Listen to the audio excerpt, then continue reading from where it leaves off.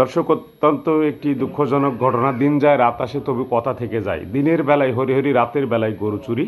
আজকের এই ঝিনাইদহ সদর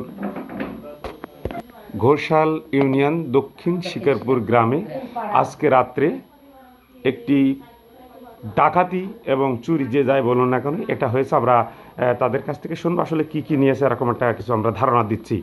আসলে স্বর্ণ কেমন নিতে পারে? 9-10 ভরি। 9-10 টাকা 3 লাখ। এরকম। আর এরকম আর এদিকে আশপাশে আর কিছু নিয়েছে কিনা এরকম? চলো। আর আপনাদের এমনি শাড়ি কাপড় গহনা এরকম?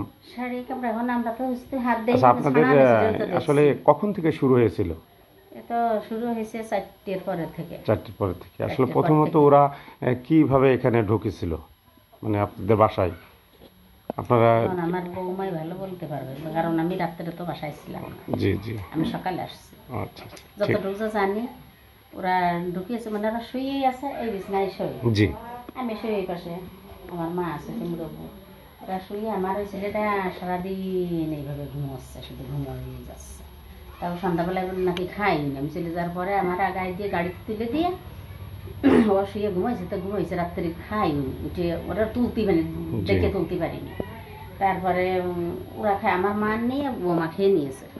খাওয়ার পরে তারপরে সে ঘুমাইছে। আর ওই হঠাৎ করে একটা শব্দ হয়েছে।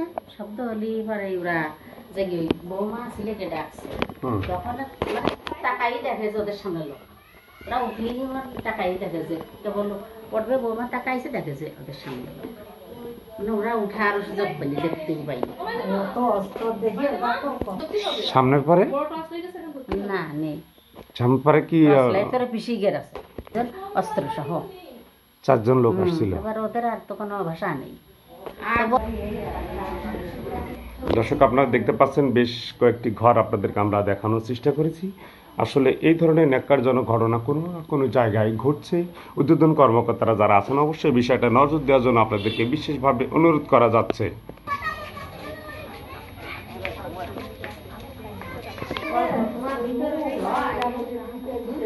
দর্শক, আপনাদেরকে আমরা একটু যদি দেখাই, এই জানলাটা এরকম খোলা ছিল।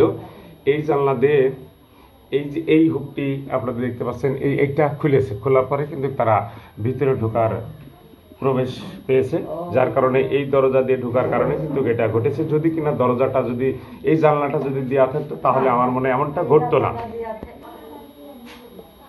যাই হোক দর্শক, অনেক দিনকে পরিকল্পনা করে তারা কিন্তু এই ঘটনাটা ঘটিয়েছে। সেগুলো আপনাদেরকে আমরা বিস্তারিত দেখানোর চেষ্টা করছি, সাথে থাকুন। আপনারা এখানে আপনাদের সজাত অর্থাৎ হিন্দু সম্প্রদায় কত ঘর আছেন এখানে? কত ঘর? 400 ঘর।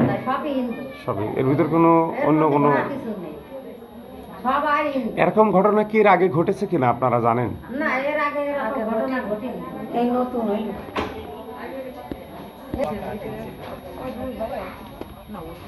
দর্শক, আপনাদেরকে আমরা দেখাচ্ছিলাম এখানে এই চেয়ারটা রাখার পরে।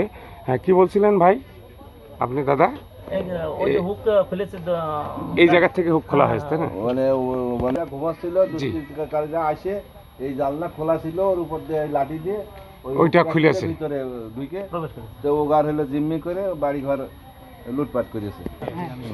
আমি জানতে চাচ্ছি যে আসলে যখন আজকে যে ঘটনাটা ঘটেছে, আসলে রাত কটার দিকে ঘটেছে এটা জানতে চাচ্ছি। এটা হচ্ছে 4:30টার পরে, 5টার ভিতরে আর কি হয়ে গেছে। আপনারা ঠিক পারলেন কিভাবে যে তারা এখানে? আমি ঠিক পাইছি হচ্ছে গতকাল মানে একটা খাবার, সকালের খাবার পরে মানে শরীরে হচ্ছে স্ট্যাবিলিটি ছিল না। জি।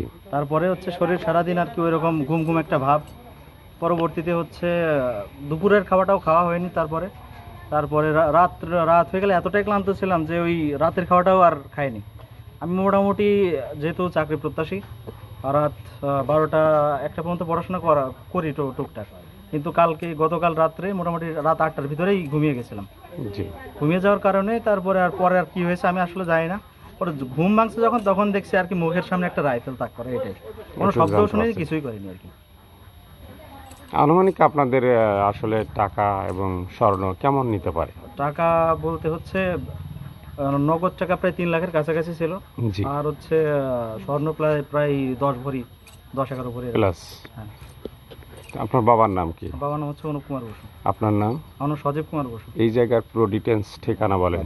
ঠিকানা হচ্ছে, এটা হচ্ছে অবসরপ্রাপ্ত শিক্ষক। দক্ষিণ শিকারপুর গ্রামের নাম, আর থানা উপজেলা হচ্ছে ঝিনাইদহ সদর, জেলা ঝিনাইদহ। ধন্যবাদ।